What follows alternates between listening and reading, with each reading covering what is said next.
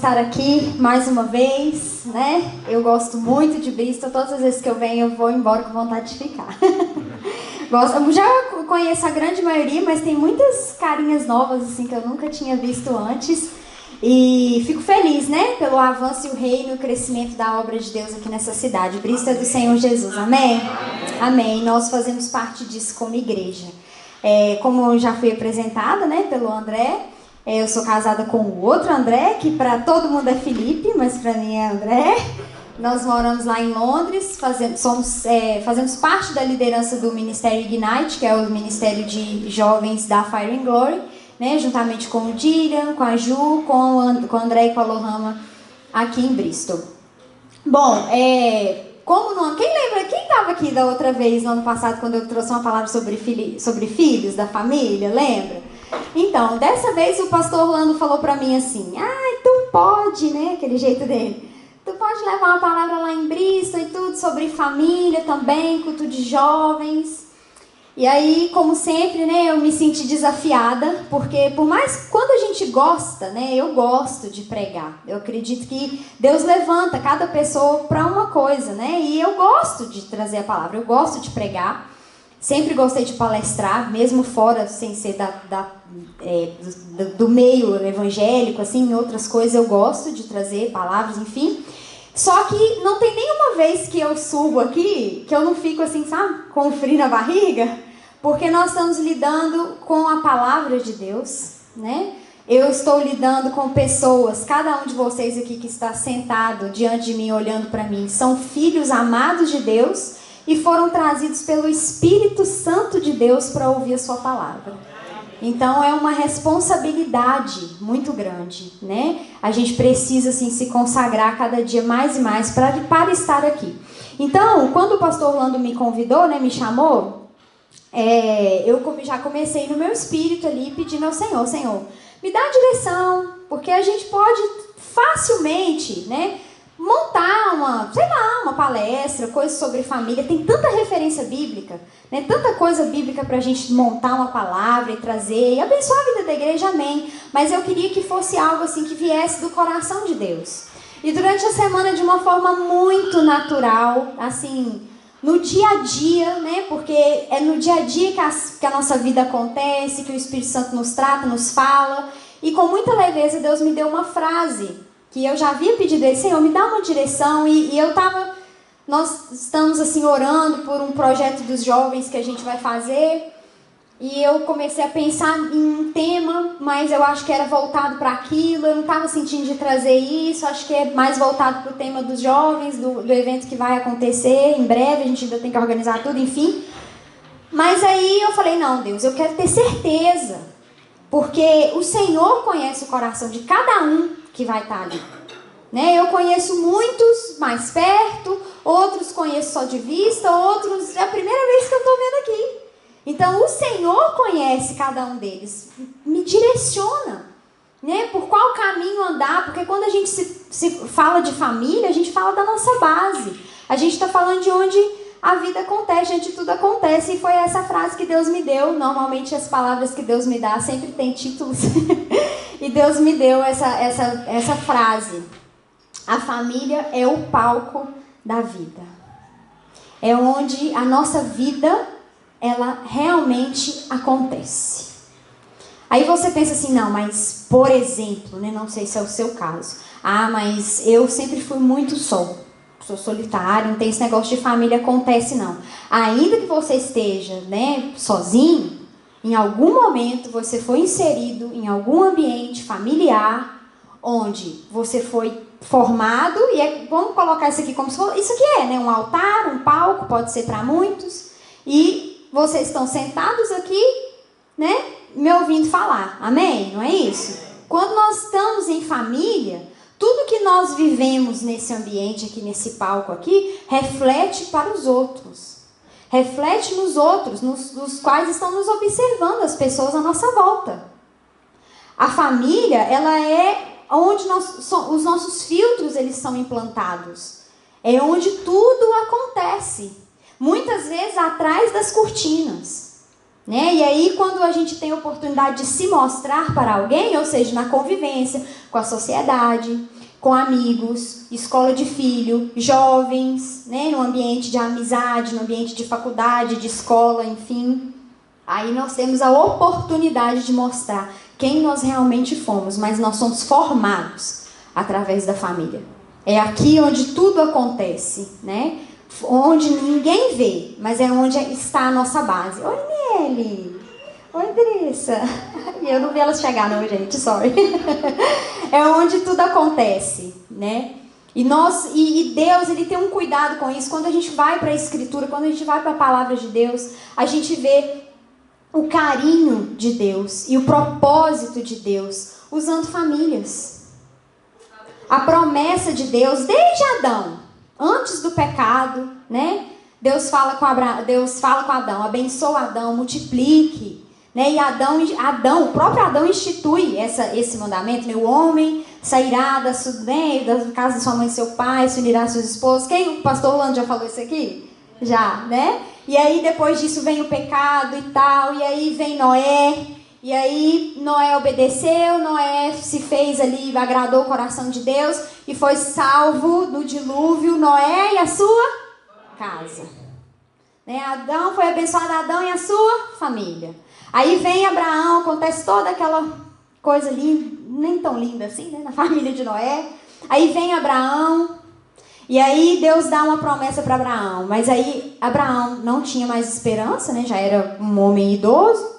Mas aí Deus dá uma promessa para Abraão que a família dele abençoaria todas as famílias da terra. E aí, se a gente for indo, até não só nos patriarcas, mas em toda a história bíblica, é sempre envolvendo famílias. Deus, ele se trata Jesus como um filho. Lembra? Eu até falei disso da outra vez. Né? Jesus, ele se refere a Jesus como um filho. Deus, ele se refere a Jesus como um filho. Né? A instituição familiar, essa visão familiar, ela é muito importante para Deus. Por quê? Por que seria? Porque é ali onde tudo acontece. É onde tudo acontece na nossa vida. E Deus, eu acho engraçado que Ele sempre promete bênção para as famílias, né? Igual Ele abençoou a família de Abraão. E prometeu a Abraão que tudo isso, que ia ser uma bênção, que a família dele ia abençoar todas as famílias da terra, porque... Todo mundo sabe por quê? Porque o Salvador viria através da família de Abraão. Né? Jesus é descendente de Abraão, enfim. Mas sempre assim, eu te abençoarei, né? Abençoarei você e sua casa, tu e tua casa serão salvos, isso, aquilo outro. Mas Deus também vê a família. Quando Deus nos coloca em família, Ele vê a família como algo abençoador para nós. No coração de Deus, o propósito inicial de Deus, a família é algo que vai nos abençoar. Você vê promessas de Deus, por exemplo. Tem aqui, sei lá, várias referências, mas duas aqui eu peguei. Salmo 68. Deus faz com que o solitário viva em família. Ou seja, não é só eu vou abençoar a sua família, porque aí a sua família vai prosperar, porque o propósito... Não. Eu faço o solitário viver em família. Então, a visão de Deus é que a família também é um instrumento de bênção para a nossa vida. Né? No Salmo 113 aqui também, faz a estéril viver em família e seja alegre mãe de filhos. Ou seja, isso também é uma bênção para nós. Ter uma família também é algo abençoador para nós. Esse é o projeto de Deus. Mas é sempre assim? Não. Não é sempre assim. Né? E isso é um desafio grande até, inclusive, falar honestamente para mim. Por causa da minha realidade mesmo. Hoje eu vivo, louvado seja Deus, né? Tenho a oportunidade de construir a minha família com o meu esposo. Mas nem sempre também foi uma bênção para mim. Então, o que nós podemos fazer? Quais as armas que Deus nos dá, se eu posso dizer assim, quais as estratégias que Deus nos dá para que a gente possa viver e que a família seja uma bênção para nós? Às vezes pode ser simples responder. Você pode olhar para mim e falar para mim assim, é só eu ser uma bênção na minha família. Seja bênção na sua casa. Não é isso que a gente sempre escuta? Seja uma bênção no seu lar, na sua casa e tal. Mas, irmãos, sim, nós devemos ser uma bênção na nossa casa. Sim, nós devemos ter postura de crente, né? Igual a gente fala assim. Mas, como eu falei aqui, é o palco da vida que muitas vezes a cortininha está fechada. E nem sempre depende só de nós. E aí? Nem sempre depende só da gente. Como que a gente vai fazer? Qual é a postura interna que nós vamos ter? O primeiro passo é o seguinte: assim como a salvação é individual, o comportamento também é. O pensamento também é. Não tem como você pensar pelo outro. Não tem como você se comportar o comportamento do outro. Muitas vezes exercer o papel do outro. Às vezes a gente até tenta, né? Mas é cansativo demais. Nós precisamos ter a nossa consciência em Deus, do nosso papel, de quem nós somos, do que nós estamos ali para fazer e fazer. E a partir desse pensamento, que nem sempre a família é um instrumento de bênção para nós, na verdade, irmãos, assim, querendo ou não, quando nós estamos em Deus, ainda que a gente passe por alguns percalços na nossa família, Deus sempre vai usar o percalço, a dificuldade, a limitação para transformar em bênção nas nossas vidas. Amém? Deus, Ele sempre nos dá a oportunidade de fazer diferente. Ele sempre nos mostra, quando nós estamos dispostos a ser curados, Deus, Ele usa aquilo que não veio para nos abençoar, que deveria vir, mas que veio para nos ferir. Deus nos dá a oportunidade de fazer diferente. Deus nos chama, né, a ir além. Na presença dEle, nós podemos ir. E eu comecei, né, a pensar sobre isso. E o Senhor, Ele foi ministrando ao meu coração sobre as restaurações familiares que precisam acontecer. Sobre a restauração. Porque às vezes a família vem como instrumento de nos ferir porque ela precisa ser restaurada. E se é impossível para você, você olha e fala assim: meu Deus, não depende só de mim. Você precisa ter uma posição de restauração. Ai, que coisa linda, gente. É uma bênção, né? Obrigada, tá? Nós precisamos ter uma posição de restauração. Eu escolho ser restaurado. E a partir de mim, a minha família também será. É por isso que o pastor Orlando sempre fala, e isso foi tão rema para mim. E em alguns momentos eu tive tanto choque com isso, mas louvado seja Deus. Quando eu comecei a estudar sobre o comportamento humano, graças a Deus o Senhor me ajudou a diferenciar essas coisas. Porque às vezes a gente tem dificuldade, não é o caso da nossa igreja, louvado seja Deus, de entender que o ser humano, ele é 3 em 1, né? Corpo, alma e espírito. O espírito está pronto, se você nasceu de novo. Aleluia, glória a Deus. A carne é a carne, isso aqui, ó, pó. Mas e a alma? Nós precisamos tratar da nossa alma. Nós precisamos olhar para nós assim, porque senão a gente enlouquece, irmãos. Estou falando sério.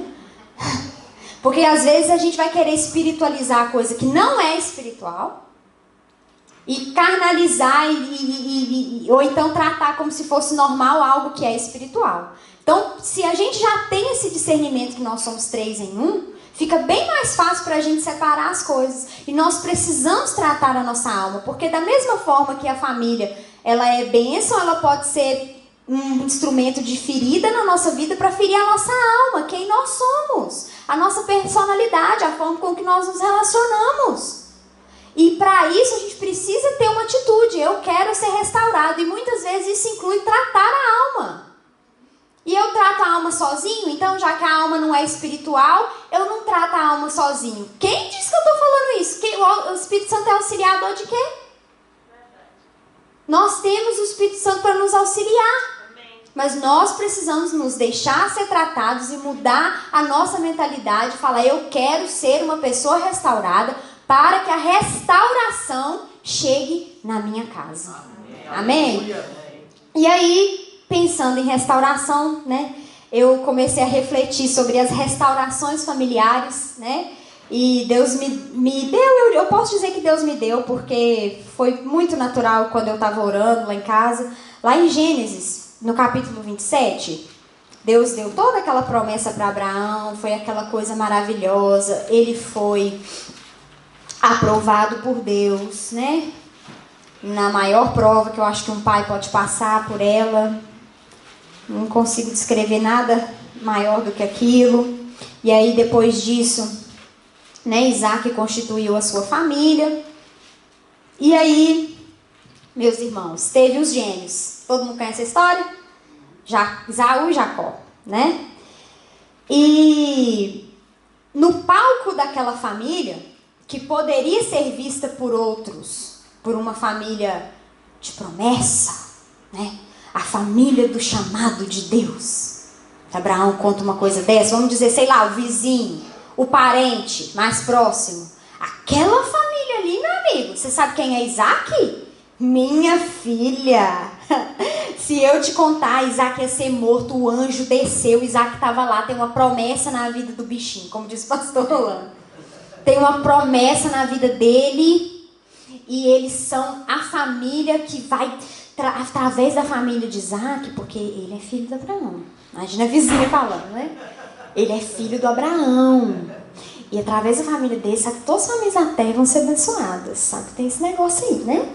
Na visão de todo mundo era assim, né? A família. Mas e atrás das cortinas? Será que essa família era uma família de gente normal? Hein? Oi? Será que essa família era uma família de pessoas que erram? Será que Isaac e Rebeca, eles eram totalmente sarados ali na sua alma para cuidar dos seus filhos? E era a família da promessa. Existia uma marca naquela família. A marca da preferência. Um preferia um e o outro preferia outro. E isso trouxe um problema gigantesco para aquela família. Vamos ler? Gênesis 27, do 30 ao 46. Todo mundo conhece a história, eu não vou ler tudo, que é 46 versículos, irmãos. Todo mundo conhece a história que Jacó trapaceia para ganhar a bênção do pai, amém? Então vamos a partir daí. Quando Isaac acabou de abençoar Jacó, mal tendo ele saído da presença do pai, seu irmão Esaú chegou da caçada. Ele também preparou uma comida saborosa e a trouxe a seu pai e lhe disse: Meu pai, levante-se e coma da minha caça, para que o Senhor me dê a sua bênção. Perguntou-lhe seu pai Isaque: Quem é você? Porque Isaque estava cego, né? Não podia ver. Ele respondeu: Eu sou Esaú, seu filho mais velho. E ele respondeu, profundamente abalado, Isaque começou a tremer muito e disse: Quem então apanhou a caça e trouxe para mim? Acabei de comê-la antes de você entrar, e a ele eu abençoei, e abençoado ele será. Quando Esaú ouviu as palavras do seu pai, deu um forte grito, e cheio de amargura implorou ao pai: Abençoe também a mim, meu pai. Mas ele respondeu: Seu irmão chegou astutamente e recebeu a bênção que pertencia a você. E disse Esaú: Não é com razão que o seu nome é Jacó? Já é a segunda vez que ele me engana. Primeiro tomou meu direito de filho mais velho e agora recebeu a minha bênção. Então perguntou ao pai: O Senhor não reservou nenhuma bênção para mim? Isaque respondeu a Esaú: Eu o constituí senhor sobre você, e a todos os seus parentes tornei servos dele. A ele supri de cereal e de vinho. Que é que eu poderia fazer por você, meu filho? Esaú pediu ao pai: Meu pai, o Senhor tem apenas uma bênção. Abençoa-me também, meu pai. Então chorou Esaú em alta voz. Seu pai Isaque respondeu-lhe: Sua habitação será longe das terras férteis, distante do orvalho que desce do alto céu. Você viverá por sua espada e servirá ao seu irmão. Mas quando você não suportar mais, arrancará do pescoço o jugo. Esaú guardou rancor contra Jacó por causa da bênção que seu pai lhe dera. E disse a si mesmo: Os dias de luto pela morte do meu pai estão próximos, então matarei meu irmão Jacó. Quando contaram a Rebeca o que o seu filho Esaú dissera, ela mandou chamar Jacó, seu filho mais novo, e lhe disse: Esaú está se consolando com a ideia de matá-lo. Ouça, pois o que lhe digo, meu filho. Fuja imediatamente para a casa do meu irmão Labão, em Harã. Fique com ele algum tempo, até que passe o furor do seu irmão. Quando seu irmão não estiver mais irado contra você e esquecer o que você lhe fez, mandarei buscá-lo. Por que perderia eu, vocês dois, num só dia? Então Rebeca disse a Isaque: estou desgostosa da vida por causa destas mulheres hititas. Se Jacó escolher esposa entre as mulheres dessa terra, entre as mulheres hitititas como essas, perderei a razão de viver. Enfim, aqui a gente vê um cenário, né? Algo que já havia sido plantado desde a infância, a competição entre os irmãos, a inveja entre eles, né? Aquele que já estava fadado ao sucesso por ser o irmão mais velho e ter a bênção do seu pai. Amém, nós não vamos entrar nisso aqui, né? Mas aquele que engana e rouba a bênção. E quando você começa a ler esse texto, porque normalmente, irmãos, a gente conhece a história assim: Esaú vendeu o seu direito por um prato de lentilha. Não sabia dar valor ao que tinha, né? E vendeu o que era dele de direito. Um pouco antes ele faz isso por um prato de comida a Jacó. Então Jacó tinha mais era que fazer isso mesmo. Esaú não estava nem aí. Mas, irmãos, vocês conseguem sentir compaixão de Esaú lendo esse texto? Eu consigo. Por favor, meu pai, alguma bênção, só uma para mim. E Jacó fala: meu filho, eu já coloquei ele Senhor sobre você. E aí também, se a gente for analisar um pouquinho mais fundo, como que Esaú não sabia do valor de uma bênção de ser primogênito? Como que ele não sabia de uma coisa dessa? Como que ele venderia isso tão facilmente? Então você vê um cenário, um quadro de uma família que era a família da promessa. Sabe aquelas famílias de porta-retrato que vão para aplaudir de pé? Imagina, gente, os meninos é neto de Abraão, vocês estão achando o quê? E esse cenário, um cenário onde as coisas não funcionam tão bem quanto deveriam funcionar, porque eram pessoas normais. Abraão era o pai da fé, teve uma atitude maravilhosa, foi um homem de Deus, sem dúvida nenhuma, mas eles também passavam por coisas que as nossas famílias passam, dilemas, problemas, e olha o que essa atitude de Jacó contra Esaú culminou. Roubou a bênção, mas teve que fugir, saiu vazado, senão Esaú ia matar ele. Esaú estava falando: não, meu pai vai morrer. Entendeu? Na hora que ele morrer, ele vai ver. Ficou, né? A mulher falou: ele está se consolando com essa ideia. Ou seja, estava triste, mas a consolação dele, a esperança dele era o quê? Na hora que eu tiver uma oportunidade, ele vai me pagar. E isso gerou anos de divisão dentro daquela família, irmãos. Quantas vezes, quando a gente traz para a nossa realidade, nós somos até mesmo injustiçados por outros dentro da nossa casa, ou não somos bem compreendidos, ou passamos por processos de divisão que rompem as coisas, que fazem com que as coisas não sejam do jeito que a gente achava que deveria. Isso traz feridas profundas, traz o choro em alta voz, como Esaú chorou aqui pelo pai. Isaac tremia inteiro. Imagina o luto daquela casa. Imagina o relacionamento marido e mulher, sabendo que Rebeca sabia de tudo. Ela que ajudou Jacó a enganar o próprio marido. E aí agora, quando a gente olha assim, a gente consegue ver uma família da promessa. É difícil, né? Mas Deus não vê como nós vemos. Deus não nos vê. Deus não vê a nossa família como a gente vê. E o Senhor foi ministrando isso no meu coração também. Sabe, você olha e vê isso, mas eu não olho assim. Eu tenho um propósito para aquela casa. E essa é a mesma coisa que o Senhor manda te dizer aqui. Amém. Não, a circunstância está difícil, é inimaginável, né? Não dá para a gente pensar direito que aquilo vai funcionar. A circunstância é complicada, o coração de um é duro, o outro enganou, o outro separou, mas Deus via o propósito.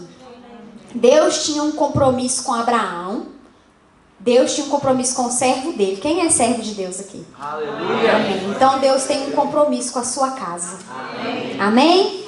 E aí passam-se os anos, né? Olha aí, foi aí que Deus começou a ministrar no meu coração. Passam-se os anos, vai acontecendo aqui riqueza de Jacó, vai acontecer a história de Raquel e Lia, ele casa com as duas, tal, luta com o anjo. Passaram-se anos. E aí, Jacó, né, seguiu o seu caminho e tal, e ele descobriu que Esaú estava vindo ao encontro dele com 400 homens. Diante de tudo que tinha acontecido, o que Jacó, o que você esperaria? Se você trai uma pessoa, tira tudo dela, que é o mais importante, você fala, seu fulano está aqui com você com um batalhão de polícia atrás de você. Coisa boa que não vai ser que você vai esperar, né? Mas não vai mesmo. Então vamos ler lá? Gênesis 33. Gênesis 33, de 1 ao 12. O encontro de Esaú e Jacó. Pois bem, dando uma resumida, Jacó, né, ficou sabendo disso, separou tudo que ele tinha, né, enfim, separou tudo que ele tinha para ajudar ali. Ele fala antes aqui, olha, vou separar as minhas mulheres, os cabritos e tudo, porque se ele pegar, ele não pega todo mundo, o outro tem a oportunidade de fugir. Tem um momento que ele fala isso, aí o outro ele fala assim, ó, vai lá acalmando o coração de Esaú, manda um presente para ele. Fala que eu sou que você é meu servo, manda um presente. E aí chega o momento do encontro. Gênesis 33, do 1 ao 12. Vamos lá, amém? Quando Jacó olhou, anos depois, irmãos, e viu que Esaú estava se aproximando com 400 homens, dividiu as crianças entre Lia e Raquel e as duas servas. Colocou as servas e os seus filhos à frente, Lia e seus filhos depois, e Raquel com José por último. Olha aí, mais uma marca de preferência, né?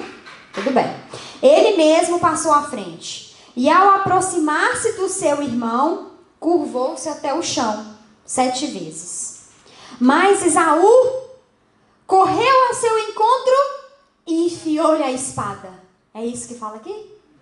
Mas Esaú correu ao seu encontro e abraçou-se ao seu pescoço e o beijou. E eles choraram. Então Esaú ergueu o olhar e viu as mulheres e as crianças e perguntou, quem são estes? E Jacó respondeu, são os filhos que Deus concedeu ao teu servo. Então as servas e os filhos se aproximaram e se curvaram. Depois Lia e os seus filhos vieram e se curvaram. E por último chegaram José e Raquel e também se curvaram. Esaú perguntou, o que você pretende com todos esses rebanhos que encontrei pelo caminho? E Jacó respondeu, ser bem recebido por ti, meu senhor. Disse, porém, Esaú, eu já tenho muito, meu irmão. Guarde para você o que é seu. Mas Jacó insistiu, não, se te agradaste de mim, aceita este presente da minha parte, porque ver a tua face é como contemplar a face de Deus. Além disso, tu me recebeste tão bem.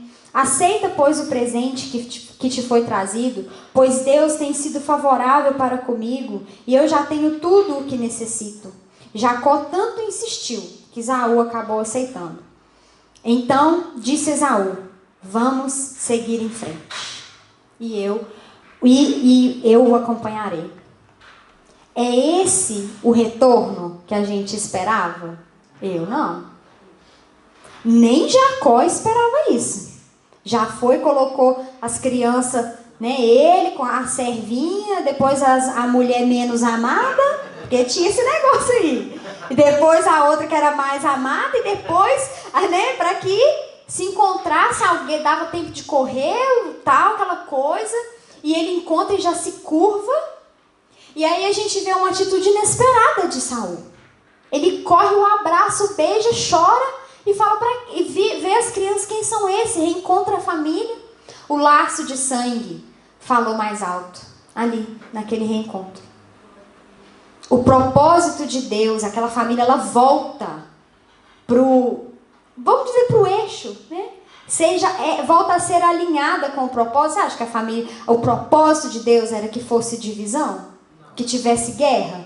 Que um enganasse o outro? E eu acho tão incrível incrível, irmãos, porque quando Jacó se prostra diante do seu irmão, ele fala assim: o seu servo, eis aqui as coisas do teu servo. Mas ele tinha sido instituído pelo próprio pai como patrão de Esaú. E ele chega, se prostra e fala: o teu servo, aceita o presente que o seu servo trouxe para você. Ou seja, não vou dizer que ele rejeitou a bênção de seu primogênito, porque nós sabemos que quando Deus fala assim: ó, eu sou o Deus de aliança e a minha aliança é com Abraão, Isaac e Jacó. Mas ele, por sua vez, o que ele podia fazer para devolver para o irmão, para demonstrar o arrependimento para com o irmão, ele fez. E esse irmão, mais ainda que Jacó, demonstrou o poder do perdão.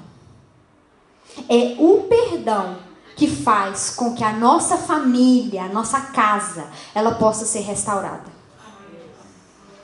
Não existe outro caminho, irmãos. Não existe outro caminho. O caminho é Jesus, mas a partir do momento que você coloca o Senhor no centro das coisas, a partir do momento que você entrega a Deus a sua vida, a sua casa, a sua família, não existe um caminho a não ser o perdão para que a sua casa continue firme, forte. Firme, forte e inabalável. Não existe. Nós precisamos aprender a lidar e a perdoar. O que Jacó ele fez aqui com Esaú, olha, ao meu ver, para mim, né? Porque quem sou eu na fila do pão? Mas seria algo muito difícil de perdoar, porque é um direito. Era direito dele, gente. O menino trapaceou, colocou cabelo no corpo pro pai achar que era ele, né? E o pai lá nervoso, tremendo quando descobre, aí o outro tem que fugir. Gente, e ver a minha mãe chorando, desesperada, meu pai tremendo, arrasado, e o outro fugiu com a minha bênção. Roubou e fugiu. E aí depois volta, né? Talvez se fosse o outro, né? Se fosse uma outra pessoa, não sei quem, eu. Na hora que chegasse assim, o seu servo me pede perdão. Eu não ia matar não, mas eu deixo passar um pertinho. Eu falo assim, vamos ver, né? Tô brincando. Ou não. Não, mas eu tô mesmo, ó. Amém. Espírito Santo de Deus que me governa. Amém? Amém. Mas nós precisamos, irmãos, aprender a agir. Aprender a agir dessa forma. Você acha, mas naquela época não tinha o Espírito Santo. Como que Esaú conseguiu fazer uma coisa dessa? O amor. Porque, igual eu falei no começo, é aí que eu vou chegar. Nós precisamos tratar com espiritualidade o que é espiritual. Existe o espiritual? Existe. Existe o poder do Espírito Santo nos auxiliando? Existe. Existe nós sermos consagrados servos do Senhor? Existe. Existe o Espírito Santo ali, ó. Você precisa perdoar? Existe. Existe a palavra, a igreja, a comunhão? Existe. Mas também existe o sentimento de amor que nós sentimos pelos nossos familiares. Até quando que as outras coisas vão ser maiores do que o amor? Até quando? Que o que aconteceu atrás das cortinas, né, ali, o que veio para nos ferir, consegue ser muito maior do que o laço de sangue que nós temos uns pelos outros. E o Espírito de Deus foi ministrando isso a mim, viu? Não se engane não, meu marido tá aqui, ele sabe. Até quando? Nós precisamos aprender a amar como Jesus amou, e isso nós tratamos na alma. Sabe como que a gente consegue tratar a nossa alma cada vez melhor? Claro, não, isso aqui não é psicologia, tá bom? Mas como nós conseguimos tratar um pouco? Quando a gente trabalha o nosso pensamento. Nós precisamos trabalhar os nossos pensamentos e andar, ó, um passinho de cada vez. Uma escadinha por vez. Hoje eu perdoo isso aqui. Amanhã eu vou conseguir lidar com esse sentimento aqui. Depois eu vou conseguir me aproximar. Quem sabe hoje o problema que você enfrenta no seu meio familiar pode ser resolvido agora? Amém, glória a Deus. Mas aqui também não tem super-homem. A gente pode ir step by step, tá? Nós podemos nos consagrar ao Senhor e pedir a Deus misericórdia e nos dispor. O que Deus precisa de encontrar em nós é um coração disposto. É um coração que não resiste. Deus resiste aos orgulhosos, mas dá graça ao humilde. Aleluia, glória a Deus. Então, vamos lá, né? Devagar. Eu escolho perdoar. Será que se... Ô, gente, se isso fosse uma semana depois, Jacó já tivesse menino, família... Se Jacó chegasse na frente de Esaú, morria menino, família, mulher, cabrito, morria todo mundo. Jacó tinha matado todo mundo, não tinha? Não, tinha, com certeza. Com certeza absoluta. Mas o tempo ajudou a melhorar. Aí você está falando então agora que tempo cura. Parabéns para você. Tempo não cura nada, realmente não cura mesmo. Mas a gente precisa de caminhar durante o processo. A gente precisa não desistir do outro. Deus não desiste de nós. Então, eu não vou desistir do outro. É difícil para mim, me feriu, me machucou, está testando a minha paciência, eu estou sofrendo. Ou então algo que já aconteceu há muito tempo, não sei a sua realidade. Mas eu continuo no processo. Eu não me rendo à mágoa. Eu não me rendo a amargura. Se Esaú tivesse resistido à amargura, irmãos, tinha morrido todo mundo. Ele não resistiu. Quem conhece aqui pessoas que por anos e anos aconteceu uma coisa e aquela pessoa guarda aquilo 10 anos, 15 anos como se fosse ontem? Eu conheço. Mas nós não somos chamados para isso. Nós somos chamados para nos mover. Nós estamos em movimento. Qual que é o nosso movimento? Quem é o nosso alvo? Jesus. Ele é o nosso modelo, como diz o pastor Orlando. E o modelo dele é o modelo para a família. Mas vamos lá. Bora lá, tem mais um pouquinho. Bom, a família, aí esse dilema aqui é resolvido, louvado seja Deus, por uma atitude nobre demais de Esaú. Depois que eu comecei a ler um pouquinho esse texto, eu mudei um pouco a minha mentalidade sobre Esaú, irmãos, eu confesso, porque eu sempre vi Esaú como aquele que vendeu o prato de lentilha e não deu valor para o que ele tinha recebido. Que ele era o primogênito por direito e tal, sempre vi assim. Sempre vi. A gente sabe que existem verdades grandiosas demais, mistérios de Deus escondidos através disso, por trás disso, a gente sabe, mas eu sempre olhei para ele e pensei, cara, vende, velho, nossa, também, né? Penso assim. Mas depois dessa atitude aqui, ele mostrou que além do que ele tinha por direito, maior do que o que ele tinha por direito, era o amor que ele tinha, era o laço da família. Amém? Amém?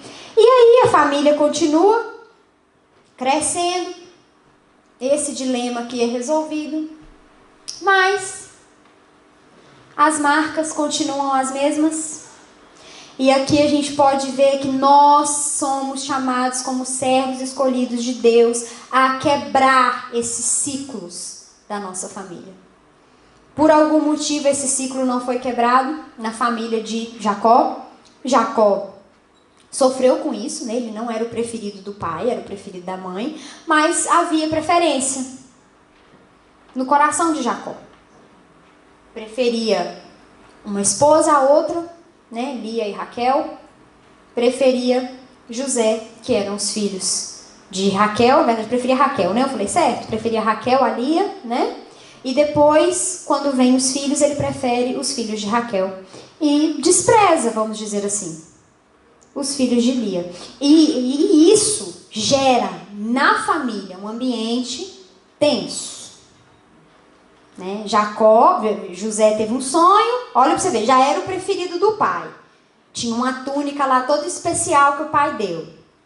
Aí chega para os irmãos e fala assim, sonhei que você estava tudo se curvando diante de mim. Gente, eu vou falar para você, eu entendo esses irmãos, tá? Não de ter feito o que fez, mas de pensar assim, gente, o que esse menino acha que ele é? Né? Porque a gente não entende todo o contexto, a gente não entende todo o cenário. José ainda ia ser usado para abençoá-los e matar a fome deles, amém? Amém? Mas houve a preferência. A preferência, que era a marca dessa família, fez com que José... que ficasse um clima tenso, não houvesse amizade entre os irmãos. Havia claramente uma divisão. E José sofreu por causa do erro do pai. amargamente. Porque ele, né, por ser o preferido, ele até era pelo pai, mas ele não tinha esse coração. Né? Ele era um homem segundo mesmo o coração de Deus, José. Tanto é que ele dá provas disso várias vezes depois que é vendido. Mas aí nós vemos mais uma vez a força do perdão e a força de não se render ao processo. Gênesis capítulo 43, vamos lá? 43, a partir do verso 26 ao 31.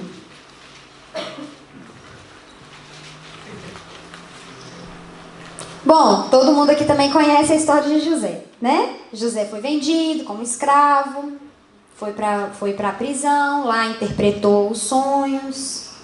E aí, depois de ter interpretado o sonho do faraó sobre um período difícil que o Egito ia viver, foi estabelecido como governador. Amém? Estamos atualizados? Amém. Bom, chega um momento que a fome atinge todo mundo, vem os irmãos do José pedir comida, né? Se prostrar lá, igual eu tinha visto no sonho. Então, 43, 26.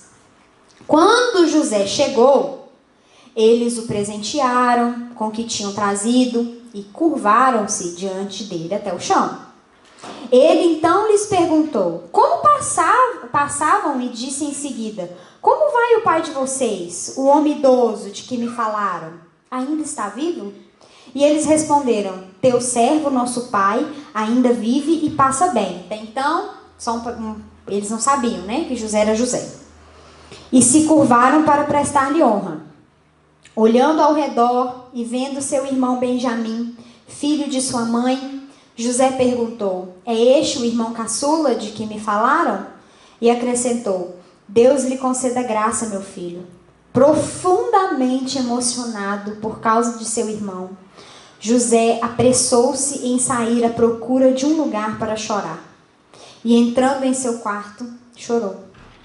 Depois de lavar o rosto, saiu e controlando-se, vocês conseguem imaginar essa cena? Disse, sirvam a comida. Serviram a ele em separado dos seus irmãos e também dos egípcios que comiam com ele, porque os egípcios não podiam comer com os hebreus, pois isso era sacrilégio para eles. Irmãos, eles não sabiam, né? Que José era José. Após tantos anos, a diferença era muito grande. Todo mundo aqui conhece essa história.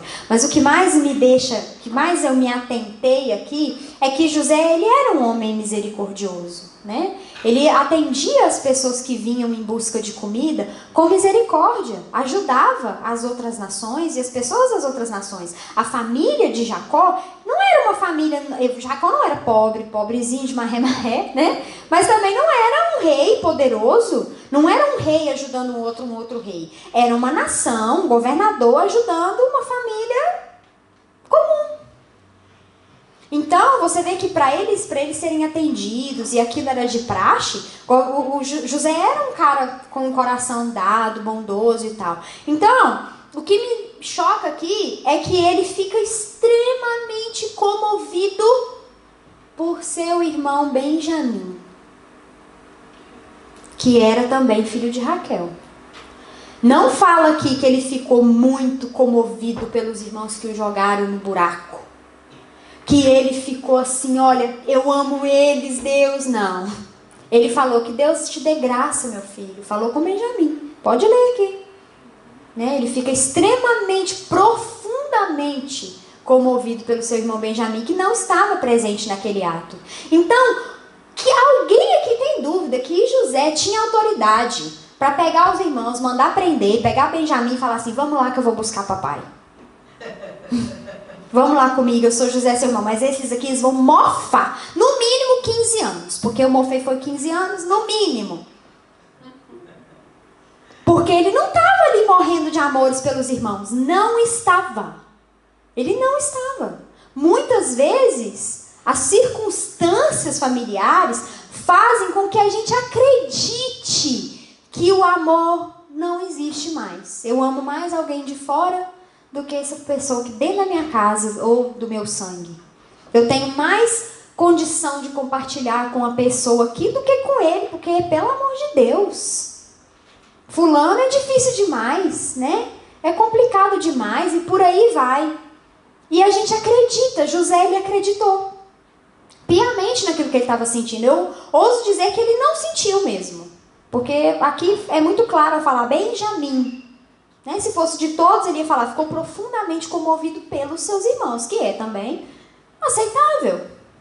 Então ele abençoa Benjamim apenas, fala, sei que a graça seja, né, esteja com você, meu filho, né, que se te seja dado graça, eu acho que fala aqui, e tal, e beleza. E aí eles foram comer, mas a comida todo mundo comeu.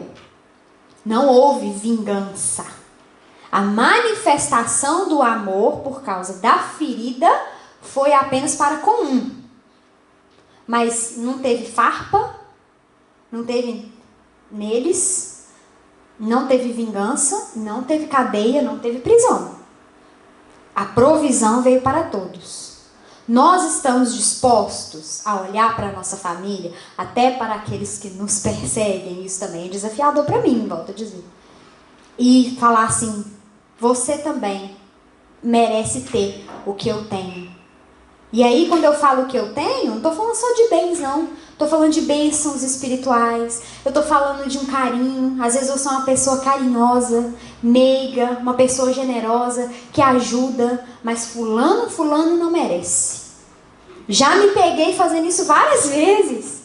Estou sendo honesta mesmo. Enquanto eu falo para vocês que eu estou lembrando.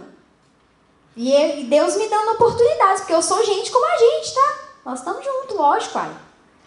Né? Então, eu escuto às vezes, tipo, ai, você é tão, né, nossa, tão carinhosa. Aí, beleza, mas fulano não merece, essas coisas a gente tem que plantar, uai. Ué, mas a gente não tem dentro da gente com o outro da rua? Não, então não. Você vê que José pode até ter se sentido, dedicado ali o sentimento de compaixão, chorar pelo seu irmão, mas do que ele tinha, todos provaram. Todos. Né? Não ficou um sem faltar. E vamos continuar lá para só encerrar essa história. Gênesis 45. Gênesis 45, quando José revela a verdade. Aqui a gente vê também, diferente de Jacó e Esaú, que ficaram anos sem se ver, mas ainda era possível se reconhecer, porque eu acredito que talvez a convivência, os anos foram maiores, né? E José foi jogado mesmo um menino, mesmo uma criança praticamente, e quando se encontrou com os irmãos já era um homem feito, então muda tudo, é roupa de egípcio, né? Totalmente inserido na cultura. Então eles não o reconheceram mesmo, ele era o governador do Egito. Mas aí ele vai e sente a necessidade de revelar a verdade. Poderia ele também ter revelado a verdade na hora, né? Mas ele escolheu não o fazer. Pode ter escolhido não fazer porque não saberia lidar? Poderia. Ou talvez por causa da ferida e a gente não quer tocar no assunto? Poderia. Eu não sei, a Bíblia não coloca aqui se é ou se não é, mas a verdade é que chega uma hora no nosso meio familiar, se nós queremos viver a restauração de Deus, é preciso revelar a verdade. O que é isso? Sentar e conversar. Resolver as questões, se possível for. Por que eu falo se possível for? Porque tem gente que não quer, a pessoa resiste, né? Eu não quero. E tem gente que nem não está aqui mais, tem gente que já se foi, aí não tem como. Mas, se possível for, por mais que naquele primeiro momento não é, mas chega um momento que é preciso sentar e falar. E é o que José fez. Vamos lá? Gênesis 45, verso 1. A essa altura, José já não podia mais conter-se diante de todos os que ali estavam e gritou: façam sair a todos. Volto aqui a dizer, para aqui só um pouquinho. Não houve prestação em público. Não houve humilhação em público. Né? Eu digo para os irmãos que não, esse realmente não é o meu caso, mas eu conheço pessoas que têm o prazer de humilhar o outro em público só para falar assim, talvez aconteceu alguma coisa de situação, por exemplo, que eu sei, aconteceu uma coisa entre fulano e ciclano, mas não é todo mundo que sabe. Aí chega em público e a pessoa é humilhada. E você vê claramente a manifestação da ferida. O que José tinha passado, irmãos, pelo amor de Deus, ele podia muito bem falar isso. Gente, minha família é os egípcios aqui. Sabe quem que é esse povo? Me jogou no buraco para morrer, me vendeu como escravo. É eles, foram eles. E aí ia virar aquela comoção, né? Mas não, ele gritou primeiro. Sai todo mundo daqui. Aí imagina, todos os servinhos, tudo saindo assim, né? O governador mandou. Saiu todo mundo correndo. Assim, o homem tá bravo. Aí sai, fecha a porta. E aí, assim, ninguém mais estava presente quando José se revelou aos seus irmãos. Ele se pôs a chorar tão alto que os egípcios o ouviram. E a notícia chegou ao palácio do faraó. Então disse José aos seus irmãos: eu sou José. Meu pai ainda está vivo? Mas os seus irmãos ficaram tão pasmados diante dele que não conseguiam responder. E aí José falou: cheguem mais perto, disse José aos seus irmãos. Quando eles se aproximaram, disse-lhes. Aí agora já não está gritando mais. Se fosse gritando, a Bíblia fala gritando, amém? Disse-lhes: eu sou José, seu irmão, aqueles que vocês venderam ao Egito. Agora não se afligiem, nem se recriminem por terem me vendido para cá, pois foi para salvar vidas que Deus me enviou adiante de vocês. Já houve 2 anos de fome na terra, e nos próximos 5 anos não haverá nem cultivo nem colheita. Mas Deus me enviou à frente de vocês para lhes preservar um remanescente nessa terra e para salvar-lhes a vida com grande livramento. Olha, não fica triste, porque aí, a Bíblia fala isso aqui, ficaram pasmo, gente, pasmo, passado. José falou: sou eu, José. Gente, se fosse comigo, eu ia pensar assim: morri, tô morta. Eu tô morta. Imagina, sou eu, José, que você vendeu. Aí ficou todo mundo apavorado, ele viu que ficou todo mundo meio assim: meu Deus, o que é isso que está acontecendo? Ele fala assim: vem cá, não, gente. Aí chegou mais perto: sou eu. Não fica se recriminando pelo que vocês fizeram, não. Era o propósito de Deus. Então, Deus às vezes usa, não vou dizer usa, né? Deus permite que muitas vezes a nossa família nos fira. Ô, gente, José é uma prova viva disso aqui. Eu acho que a própria história já revela a resposta. Então, pode permitir, mas não sem restauração, irmãos. Deus tem uma promessa de restauração das nossas famílias. Chegará o tempo em que Deus converterá o coração dos pais aos filhos, os corações dos filhos aos pais. Perdão, volta de comunhão. Nem sempre é fácil? Não. Eu que sei. Mas existe essa restauração para nós, mesmo quando tudo parece não ter mais jeito. E, por último, mas não menos importante, o nosso grande modelo, né? O nosso amado Senhor, dono de tudo e de todos, e o nosso Deus e o nosso maravilhoso Pai Jesus. Amém. Ele foi rejeitado pelos seus. A Bíblia fala, lá, deixa eu ver. Deixa eu voltar aqui que eu mudei a página sempre, não era para voltar. Lucas 4, do 14 ao 22. Não vou abrir, para não me conter mais aqui.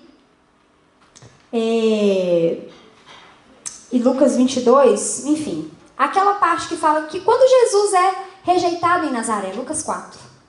Jesus chega e começa a falar com os escribas, com os caras, né, da sinagoga. Ele começa a falar, e aí eles ficam assim: não é ele ali, o Jesus, o filho da Maria, gente? Em Nazaré. É ele mesmo. Não vou dizer pela família, né? Maria, José, seus irmãos. Mas pelos seus, pelo seu povo. Ele foi rejeitado. E Jesus fala, né, que ele não seria reconhecido mesmo da terra de onde ele veio, de onde ele vem. E a Bíblia fala que naquele dia os judeus vão perguntar para Jesus que marca é aquela na mão dele. E ele vai falar assim: essas marcas aqui eu adquiri na casa dos meus amigos. E aí eles vão chorar desesperados, porque eles vão se lembrar que eles crucificaram o Messias. Irmãos, Até Jesus foi rejeitado de onde ele veio, da sua origem. Mas todos eles, tanto José, o que acontecia por trás das cortinas, levou José para o propósito dele. O que aconteceu por trás das cortinas com Jacó e Esaú desencadeou no resultado da história. O que aconteceu com Jesus, a rejeição do povo judeu, veio para que nós pudéssemos ter acesso também. Amém? Porque Deus deu uma festa. Vamos ler, Lucas 22. Deus faz um banquete, não é isso? E chama todo mundo, e aí ninguém comparece.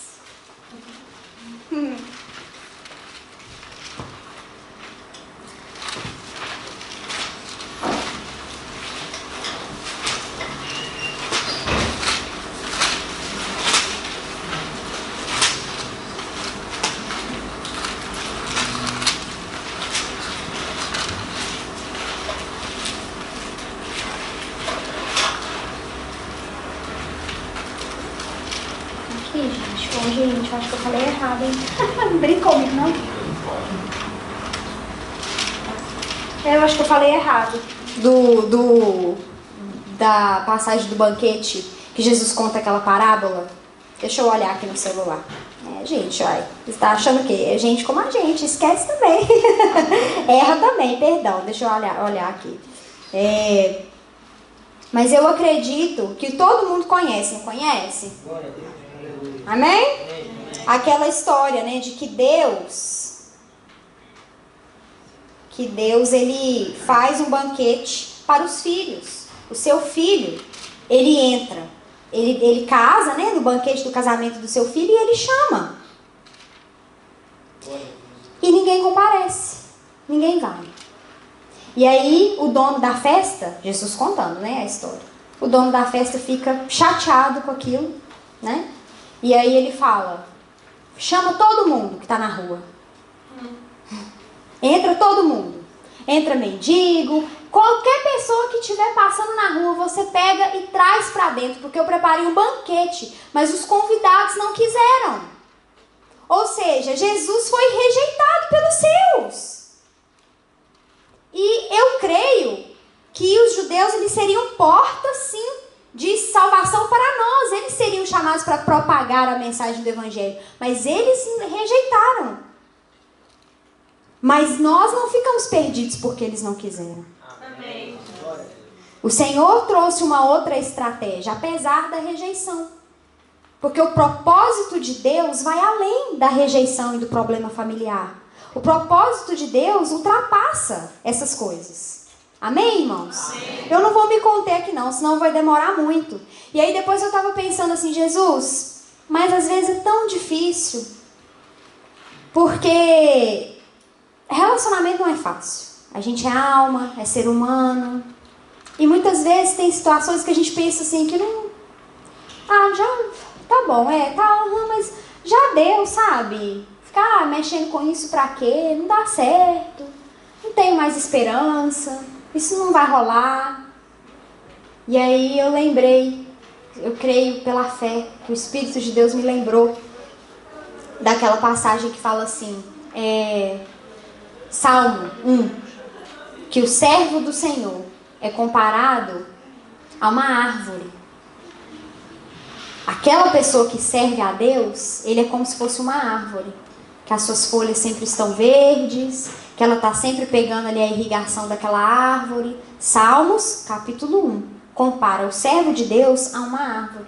E existe um outro exemplo em Jó, que também fala da árvore. Jó, no capítulo 14. Jó 14. Agora pode abrir, que é Jó 14 mesmo, tenho certeza. Lucas 14. Era Lucas 14? Oh, irmão, que benção. Então depois a gente vai ler só de... Tá bom? Obrigada. É Lucas 14. 14, é por isso que eu confundi. Eu coloquei 4. Então vamos lá. Jó 14 também. Jó 14. Também fala de uma outra árvore, que já não tem mais esperança. Jó 14, a partir do verso 7. Para a árvore... Não, vou esperar. Jó 14, verso 7.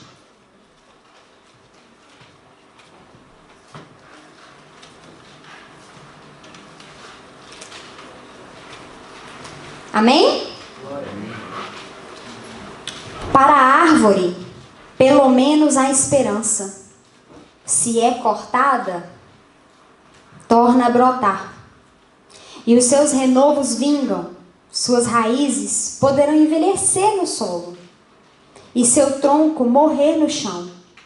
Ainda assim, com o cheiro da água, ela brotará e dará ramos como se fosse muda plantada. Nós somos servos de Deus, Salmo capítulo 1 fala isso, comparados à árvore que está plantada na beirada do rio, sabe? Mas ainda quando essa árvore, ainda quando na nossa família os relacionamentos estão ao ponto dessa árvore aqui que foram cortados, as raízes estão praticamente secas. Não tem mais esperança aos olhos humanos. Ao cheiro da água. Ao cheiro do Espírito Santo. Ao pouquinho, irmãos, que a gente se rende, ao processo, ao não se render ao processo, ao continuar perseverante, ela brotará. E vai parecer uma muda recém-brotada, de tão verde, tão linda e tão limpa. Essa é a promessa de Deus para nós e para as nossas famílias, amém? Amém? Nós cuidaremos da nossa alma, nós cuidaremos do que é espiritual e nós venceremos no que precisa ser restaurado. Amém, irmãos? Amém. Porque o Senhor, Ele nos trouxe, Ele nos levanta, Ele tem nos tratado como família nesse mês, não é à toa. Existem pessoas lá fora. Existe uma nação. Como diria o pastor Orlando, quando a gente fala nação, a gente fala pessoas. Que através da nossa família e da nossa casa poderão experimentar. Assim como as pessoas que tiveram contato com José experimentaram. Assim como as pessoas que foram de alguma forma ali influenciadas, tiveram contato com Esaú e Jacó, poderão ter vivido o impacto do testemunho de restauração dos dois. E assim como Jesus, que por ter sido rejeitado, por ter vivido um relacionamento de rejeição mesmo, dos seus, de onde ele veio, isso não impediu que o propósito de Deus fosse cumprido. E chegará o dia que os que são dele também se renderão a ele. Assim é a mesma palavra para nós. Se nós nos mantermos na postura de servos, não nos rendermos à mágoa, assim como Esaú não se rendeu, estar disposto a dar o nosso melhor, mesmo com quem não merece, segundo a nossa justiça, que é trapo de imundície, mas mesmo assim darmos o nosso melhor, darmos o que nós temos, e assim como Jesus crer no propósito maior e investir naquelas pessoas, nós seremos como a árvore que nasce novamente. Amém? Esse é o propósito de Deus, essa é a palavra do Senhor para a nossa vida, para a minha vida, para a sua vida. Amém? Amém. Louvado seja Deus. Vamos fazer uma oração para encerrar? Você pode ficar de pé. Queria pedir aos irmãos para que você fizesse uma oração com a sua família. Se você estiver perto dela aí nesse momento, chame aí o seu companheiro. Se tiver alguém sozinho, junte-se a alguém. Pode vir. A outra, eu posso ir aí? Claro que pode. Oi, gente.